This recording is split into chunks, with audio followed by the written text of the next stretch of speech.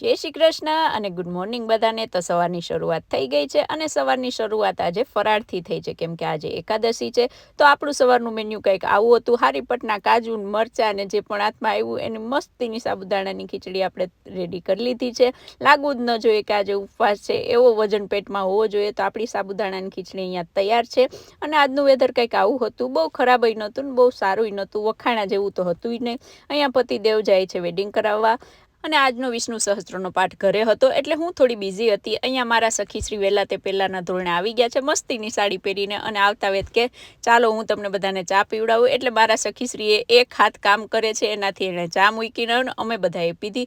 અહીંયા મારો દીકરો ઈસ્ટર એગની ચોકલેટ તોડવાની ટ્રાય કરે છે પણ તૂટતી નથી। પછી મેં આપ્યો દસ્તો, મેં કીધું માર દસ્તો એટલે તરત તૂટી જશે, એટલે મારા દીકરાએ એનાથી ચોકલેટ તોડી અને અહીંયા અમારો પાઠ ચાલુ થઈ ગયો છે। અમારા તિલક દેવી સોનલબેને બધાને તિલક કરવાનું ચાલુ કરી દીધું છે અને અહીંયા અમારા અધૂરામાં પૂરું સખીશ્રીએ ચાંદલો કરી દીધો, તિલક કર્યું, પણ પછી સોનલબેને પૂછ્યું કે સીધો છે, તો કે ના થોડોક ત્રાસો છે। પછી આમાં સમજવું શું, સીધો છે કે ત્રાસો છે? હે ભગવાન, પણ મને માફ કરજો। આ બધા આરતી કરતા હતા અને મારું પૂરું ફોકસ અહીંયા ફરાળમાં હતું, કેમ કે આજે મને બહુ ભૂખ લાગી હતી। હું રાહત જોઈને ઊભી હતી કે જેવી આરતી પતે ને એટલે આપણે હરિહરની હાકલ કરી દેવાની છે। આજનું મેન્યુ મસ્ત નહોતું, અમારા રવિભાઈને ત્યાંથી ઓર્ડર કર્યું હતું ફરાળી મોગો, ફરાળી શાક, થેપલા, શ્રીખંડ, દહીં અને પ્રસાદ ઇન્ડિયાથી આવ્યો હતો, તો બધું અહીંયા રાખી દીધું છે।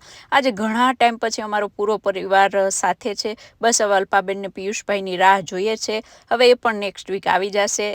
ચાલો આપણે પણ આપણી પ્લેટ કરી અને અહીંયા જગ્યા ગોતીએ છીએ। જો આ અમારા પરિવારની એક ખાસ વાત છે, જેને જ્યાં જગ્યા મળે ને ત્યાં બધા બેસી જાય, કોઈને ફોર્માલિટી ન હોય કે અહીંયા બેસો કે વાં બેસો, કે જ્યાં બેસે ને ત્યાં બેસી જવાનું।